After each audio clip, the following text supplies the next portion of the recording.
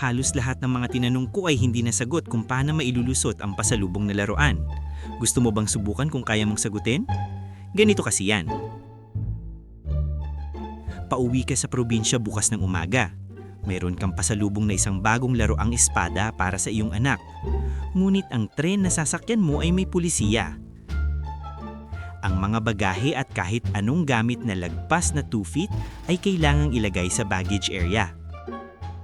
At syempre, ang paglagay ng gamit sa baggage area ay may dagdag na bayad. Etong problema, ang sukat ng laruang espada ay nasa 2 feet and 2 inches. Lagpas ito ng 2 feet kaya't kailangan mong ilagay ito sa baggage area. Kaya ang tanong, ano ang pwede mong gawin para madala mo ang laruan nang hindi ka magdadagdag na bayad?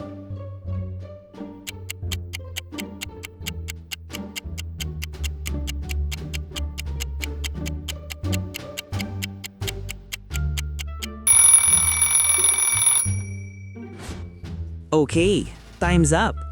Ito ang mga madalas na sagot na nakuha namin. Ilagay sa loob ng pantalon.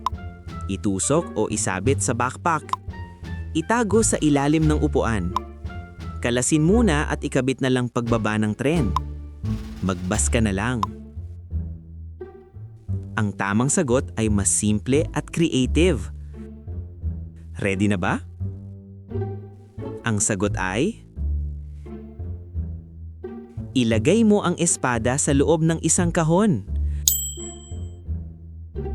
Ang sukat ng kahon ay 2 feet ang taas at 2 feet din ang haba. Ilagay mo ang espada ng nakatagilid o nakadiagonal sa loob ng kahon para magkasya.